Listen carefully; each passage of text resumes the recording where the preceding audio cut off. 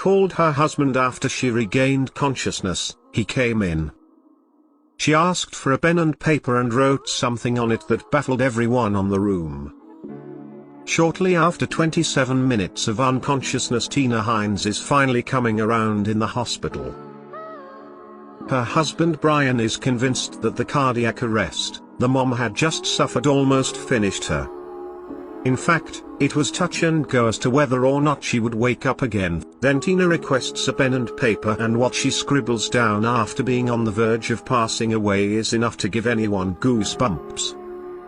Long before the incident happened, the two were college sweethearts, having first met each other at California's Biola University.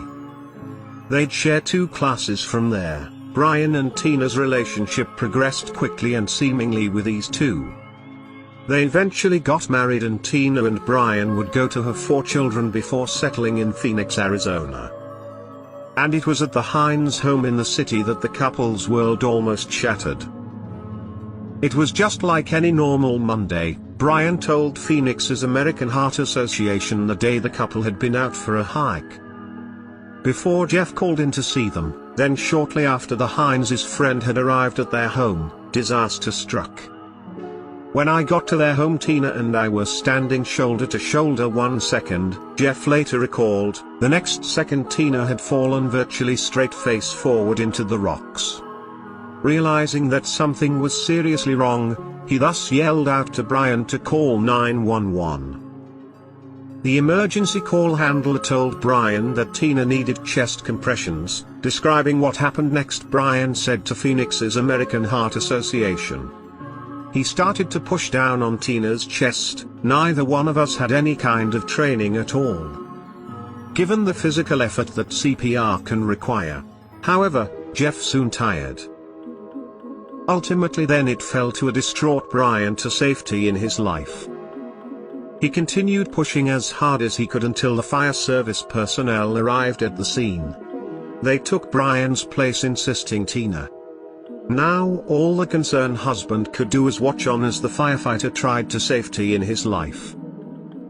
And all the crew gave Tina 5 electric shocks on the way to the hospital in a desperate bid to kickstart her heart." According to firefighter Joe Sandman, it was Brian's actions that had prevented Tina from passing away on the sidewalk outside her home. In that desperate moment, the husband and father turned to God. Recalling his prayers, Brian claimed that he had tried to make a deal with God. "I told God that if he gave me Tina back, then he could take anything else." Brian said he could take all of our cars, he could take all my stuff. "I don't need that stuff, I needed Tina." And it seemed that Brian's prayers may have paid off. After he had arrived at the hospital, a doctor told him that his wife was alive. Tina's survival was nothing short of a miracle. Indeed, he truly believed that God had granted him his wish, but while his wife was unconscious, she had witnessed something that she went on to report to her spouse. As Tina laid lifeless for 27 minutes, she believes that she had a so-called afterlife experience, and the Arizona mom isn't the first person to claim to have seen something beyond this realm while on the cusp of demise. Some individuals who have since been brought back to life have reported observing bright lights or frightening creatures during their periods of unconsciousness. So, as Tina was revived, time and time again by emergency services, little did her distraught husband know that she too was having one of those afterlife experiences. The first who would learn of the matter, in fact, was when Tina came around and was seemingly in a hurry to pass on a message to her surrounding family members.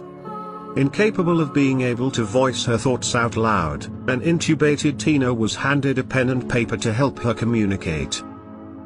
Then in an almost unintelligible scrawl, she simply wrote, "It's real." Confused, her family members asked Tina what she was referring to, and in response she pointed upwards, signifying heaven. As the emotion of the occasion overcame her, for Tina there's little doubt that what she saw that day was a little piece of heaven, referring to the number of times she was resuscitated following her cardiac arrest. Like many other accounts of afterlife experiences, Tina also includes light. It was bright yellow, so it was almost like that vision of the sun. She told Good Morning Arizona, and it was within those golden rays that Tina claims Jesus had stood.